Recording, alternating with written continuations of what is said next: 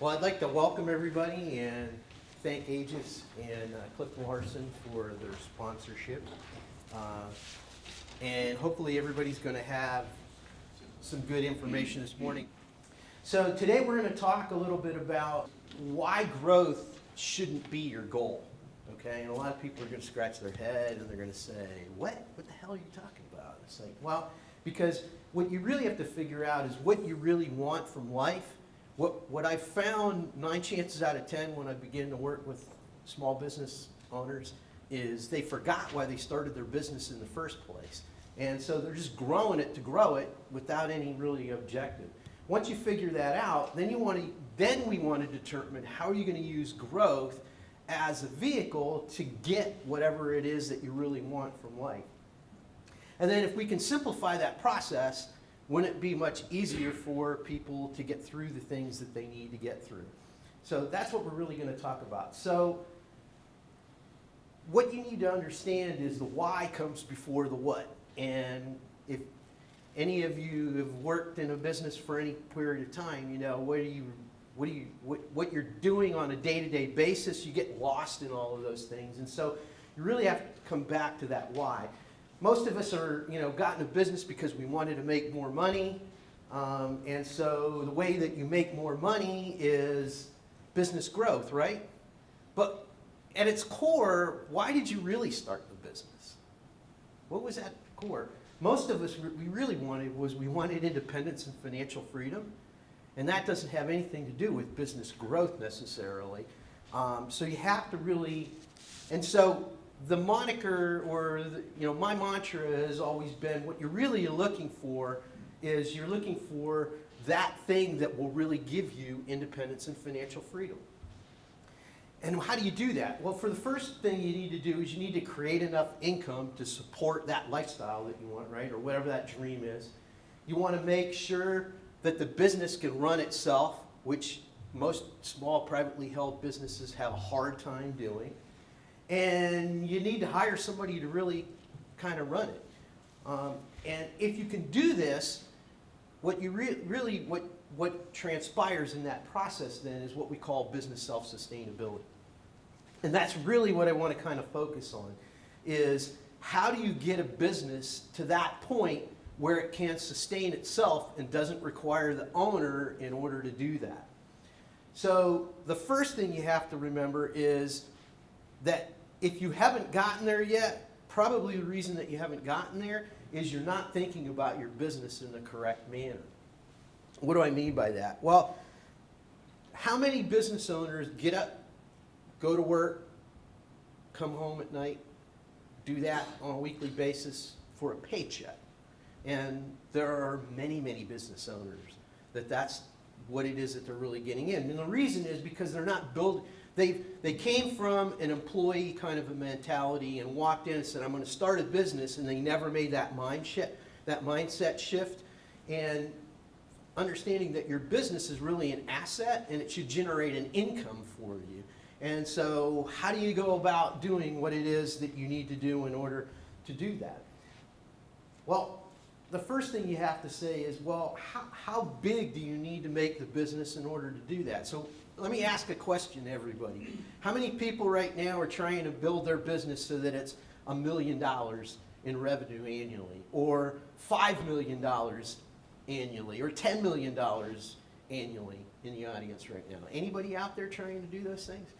Okay, so my question though is, why is that the goal? Okay, is it for some particular purpose, or is there really a reason for it? What I often find is business owners are stretching themselves to try and increase their top line and don't really understand the fact that there isn't really a reason for doing that. Okay? The business still isn't self-sustaining. They're working themselves to death, and they're getting miserable in the process as they go through that. What you really find out is the business doesn't really have to be grown as big as you think that it does in order to be self-sustaining. It needs a different set of objectives than most business owners have, but it doesn't necessarily really need to be that big. So how big is big enough? Well, to figure that out, it's a pretty simple formula. How much do you need? So think about that dream. How much money do you really need in order to have that dream on an annual basis? Okay, we'll make the math simple here. Say $100,000 is really what it is that I want to take home. Okay, well then the next question is, what's your average net profit for your company on an annual basis, percentage-wise? You know, let's say, well, you know, it kind of fluctuates. We're going to get to that in a minute. That's a problem in itself as well. But if on average, if you averaged it over the time frame that you've been in business and you look at it, how much are you normally? Let's say you're netting 10%. Okay, so if you're netting 10%, all you need to do to figure out what you need to do, how much do you need, that $100,000 divided by the 10% net income that you want, and what's the number that you get? It's $1 million, right? So I only need to grow my business to $1 million. That becomes your goal at that particular point. It doesn't need to be grown bigger than that. The reason that most of us grow bigger than that is because most the advice that business owners are getting is the fact that they have to grow their business and sell their business, and that's how they're going to exit their business. If your business will run itself and generate 10% or more net income on a regular basis and give you that income that you want, why would you sell your business? It's the best investment that you have in your portfolio. But most people don't think about it that way because, like I said, it's the exit by selling the business. And that's why typically most business owners are trying to get their business to $5, $10 million because they're going to get this big, they're hoping they're going to get this big lump sum. And then they're going to have to go and invest it somewhere and live off of that money forever and a day.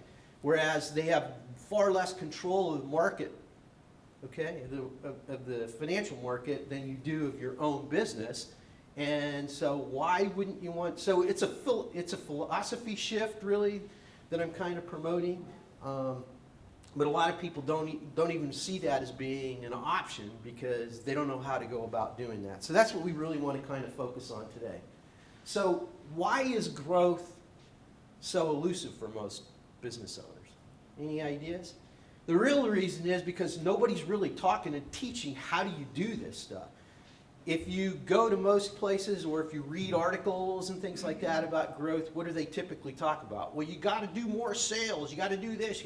It's more than just more sales, because if you sell more than you have the capability to deliver on, you can kill your business faster than having not enough sales or the amount of sales that you actually want. So it's a balancing act, and you have to understand how to make that balancing act work. So if you knew what to do, when to do it, and how to execute on those things, wouldn't growing your business be a lot simpler? Okay, so that's what we want to take a look at now. So that's really kind of the model that's built within the book. The book is basically written from a perspective to teach simple business concepts and things like that to a lot of people, because most business owners didn't go and get a business degree from school. You know, they were good at whatever it was, swinging a hammer or, you know, selling whatever it was, kind of a widget that they sold, but they didn't go and learn. So that's something that they have to learn along the way. And so the book is an easy read. It's very entertaining. Most of the people that, there's 3 characters that you kind of go through the process with, and it'll teach you the process that we're going to kind of overview today. So business growth literally is broken into 5 stages. The foundation stage, survival, self-sustainability, rapid growth, and maturity stages. Now the unique thing about this is that each of these stages, there's one and only one objective that you need to achieve. When you achieve that objective with your business, the business organically grows to the next stage in the business. Okay? So it's a very simple process. It's just, how many of you have heard that before? See, that's what I'm talking about. There's not a lot of education out there, and people aren't educating business owners on what the stages are. So as you get advice, you're getting advice that's all over the board that may not be appropriate for the stage that your business is actually in. Additionally, to go along with these 5 stages, there are 2 major factors that influence business growth.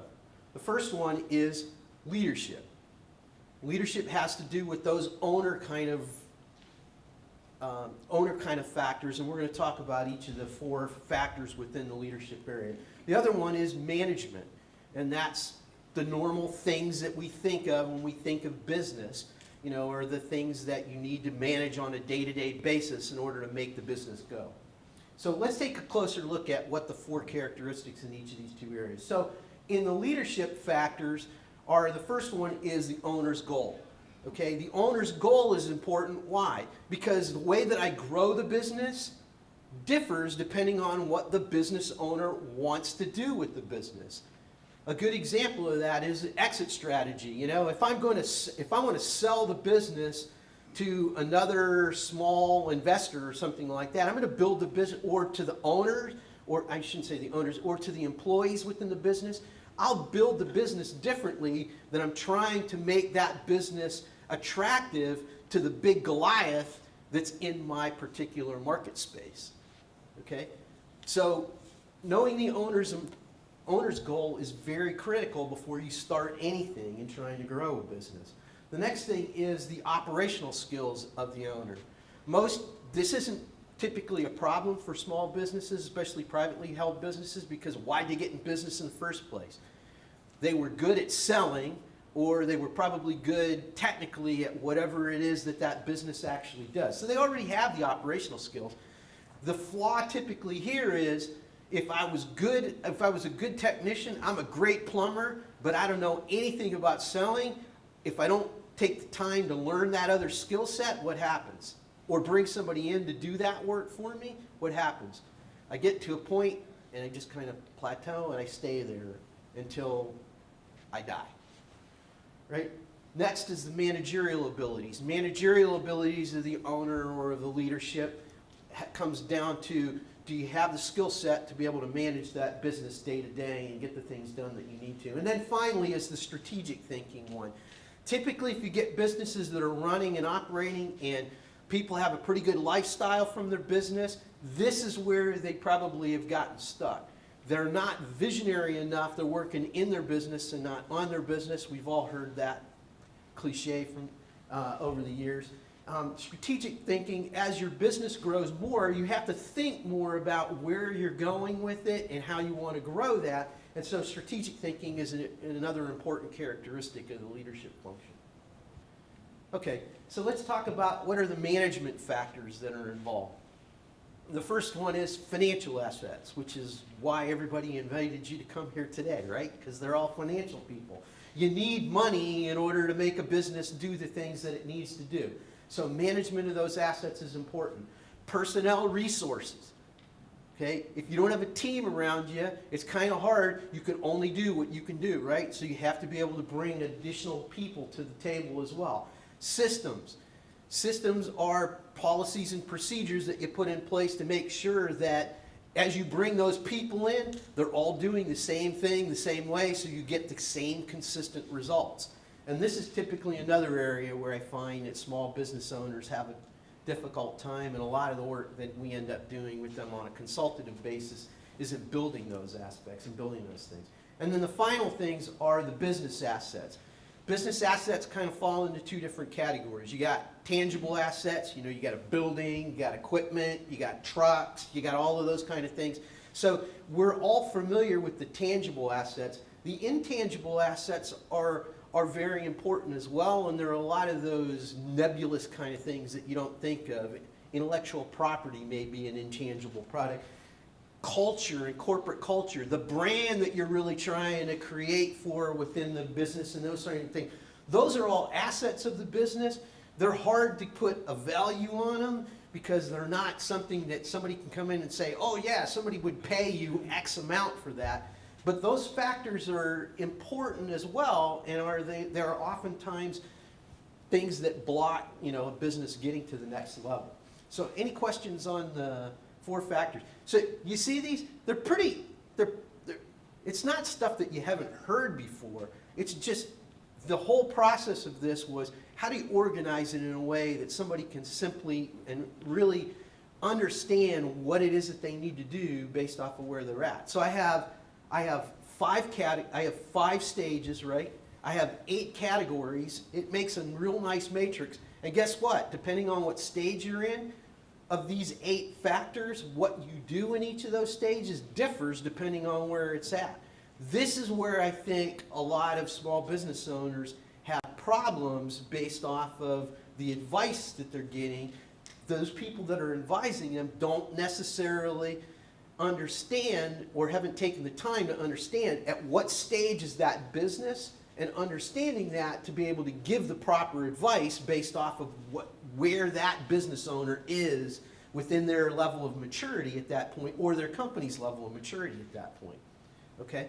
So that at its core really is what gets in the way of most business owners. So if that's the case, who says this, Dino? This is not just my opinion. This is based off of research, a lot of research that I did. 2 primary real big articles and white papers that were written a number of years ago. The first one is by Ellie Grinder on the maturity and growth of companies. That was written back in 1972. I learned about that stuff when I was getting my MBA back in 1986. The second paper is by Churchill and Lewis called The 5 Stages of Growth, and it kind of laid out a lot of those factors and the things that you see here, and it's a lot of the pieces that I kind of took in kind of putting together the methodology that we utilize. So where should you focus based off of that? If this is, I agree with what you've got here, so where do I focus and how do I kind of get ahead? The first thing you really need to understand is where is that business at? Where's your business along that model to understand what factors and where you need to focus. So let's take a look now at each of the different stages and that one and only one goal in each of the stages. So the first stage and the foundation stage, a lot of people would kind of think, well, this is a startup, and this is where startups are at. There are actually businesses that have been in business for 3, 4, 5, 10 years that still can't achieve this goal. The goal in this foundation stage is monthly cash flow to a point, get monthly cash flow to a point of break even on a consistent basis. Clients that I work with that are having a problem here, we build a system around this, and this becomes the first their first opportunity to delegate. Because if I can build a system that makes sure that break even happens every month and I can delegate that to somebody else, I don't have to worry about it. In startups, we try to get them to build these processes in the same way, and the first person that they hire, what's their responsibility? Make sure that this happens every month. And they're able to monitor that on a regular basis, and they don't have to worry about it going forward. So then, if you're achieving that on a regular basis, your business now is advanced to the survival stage. In the survival stage, we're consistently achieving an owner-required profit margin on top of that. Underlying owner-established profit requirement at that point. Remember earlier when we did the example, we said we need 10% every year when I get to that point. That's the requirement. We can't fall below that, and we have to hold our business and our management team to that standard on a consistent basis going forward. If you're not doing that, you're just managing to make sure that you got profit at the end of the year, you got a foot in both places, okay? You got a foot in the foundation stage and a foot in the survival stage at this point. You securely in this when consistently you're making a profit year after year after year. How many people making a profit year after year after year? Okay, and that's typically what we find. People stop when they get to this point, and they're stuck in what we call nowhere land, okay? The next stage is the self-sustainability stage. The only real difference between this and the last stage is when your business gets to this point, systems are making sure that the profit happens on an ongoing basis, not you as an owner of the business, okay? At this stage, the goals are you're either going to sustain the business at the success level that you've created at this point, which is what most business owners want, right?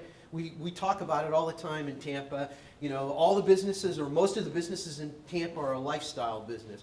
Well, no, they're not really. They haven't really reached this stage. The business owner thinks he's in this stage, but he gets up and goes to work every day, just like every other employee, so he's not really in the self-sustainability phase at this particular point. The other goal path that you can take at this point is you say, well, we don't want it to just stay where it's at, we want it to grow. And so if you make that particular decision at that point, what you're basically doing is you're saying, we're going to move on to the next stage.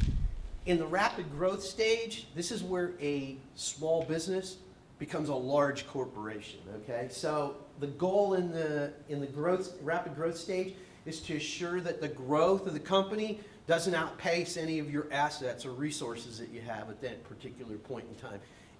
When you get to this point, you gotta have a management team in place. If you don't, you'll keep falling back into the survival or even into the self-sustainability phase, or even back into the survival stage at this particular point. I hear a lot of business owners want their business to be like this, but guess what? They sabotage themselves over and over and over again, and they never really get the success that they want. And the reason is because most business owners left corporate because they hated the corporate grind. When your business gets into this stage, you're in the corporate grind again. And so that doesn't necessarily mean if you have a business that it can't be a big corporation. But if you don't want the corporate grind, you need to hire the management team and make sure the management team is in place that can do that. And that's a lot of what happens in this particular point. And anybody that's worked with companies that are trying to make that transition, know that can be difficult because business owners don't want to let go when they get to this point. It's my baby. I don't want to get let. You know, you got to be willing to delegate and let go if you really want to get to this stage. Then the last stage is the maturity stage. In the maturity stage, what you're really doing is trying to diversify the company by offering more things to those people, you know, that you already have, their existing customer and existing customer base. Typically what happens is you've saturated the market, you've plateaued, how are we going to grow the business? Well, we got to offer other things at this particular point in time. The problem is with this phase is that, you know, I see too many small business owners doing this too soon in the cycle.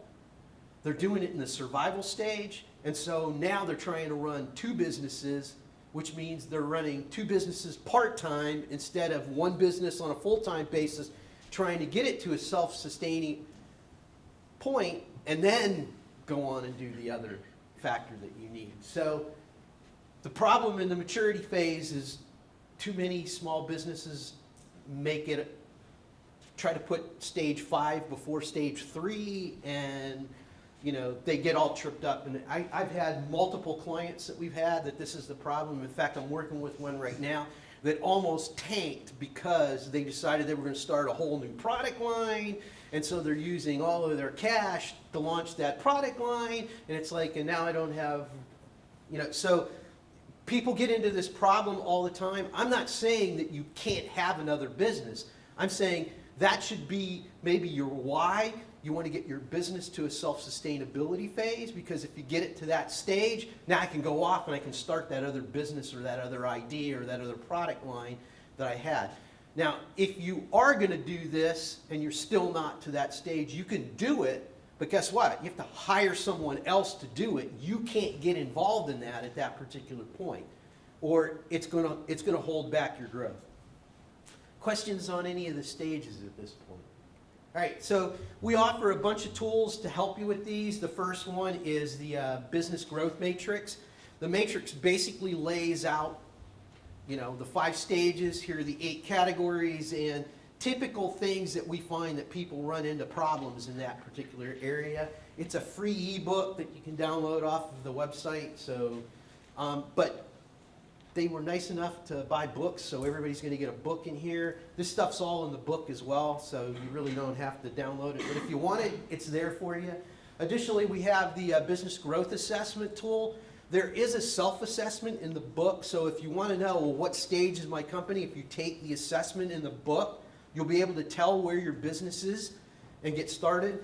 The full-blown assessment goes into a little more detail, and it tells you the risks associated with those things that you're not currently doing. So if you want to know, where am I at and what do I need to be working on, this is a good tool in order to do that. And then obviously, the book goes into more detail and actually tells you how to fix some of those problems when you get to that particular, when you have that particular scenario that may be going on within your business at that particular point in time. So next steps, if you really want to get started on this, what do you want out of life? Most of us knew this at one time, but we forgot about it because we got so tangled up in working the business on a day-to-day basis. Once you figure that out, so here's where I want to get to. Assess your stage of growth. Okay, here's where I'm at. Here's where I'm trying to get to. It's very easy at that point to shift that focus and say, here's what I want, and I'm going to use self-sustainability of my business in order to get me there. Once I've done that, build and execute a plan. It's not an easy, and I'm not talking about a big plan. Our business plans are 3 pages. First page is your strategic objectives. The other 2 are telling you what you're doing in your areas, and a 1-page budget. That's all you need. I can read that, and I religiously read that every Friday morning as I move my business forward as well. And all of my clients are kind of the same way. Additionally, to help you go through that whole process, we developed the SPARC Business Growth Framework. This is our methodology that we're actually rebranding under the Business Growth Simplified logo. This particular process is what it is that we're really trying to promote right now. This process is being used across the entire county in Pasco County. They've basically brought us on board, and their second stage companies are learning the process and applying the process to their own businesses through their executive roundtables that they hold and facilitate on a monthly basis. Additionally, the people that are in their Smart Start incubator, so their startups and their foundation stage companies, are actually going through their Co-Starters program, which is a program for how you start a business up. And then they're utilizing this framework to actually plan and manage and grow their business from that particular point forward. So that's really what it is that we're trying to do this. We're getting out of the consulting business and trying to make this my vision is to have fewer failed businesses in America, and to make sure that business owners really achieve the dream that they really wanted when they started their business in the first place. So that's all I've got. I'm happy to take any questions or anything that anybody's got at this point. If you want more information, businessgrowthsimplified.com is the website, and you can find any of the tools or anything like that. Additionally, if you want more how-to kind of information, we have a blog that we've run for a number of years now, yoursmallbusinessgrowth.com, which has got about 170 articles on it, every facet that you could possibly think of on business, and tactical kind of things to actually make those things happen for yourself. So thank you again for your time. Thank you very much for coming.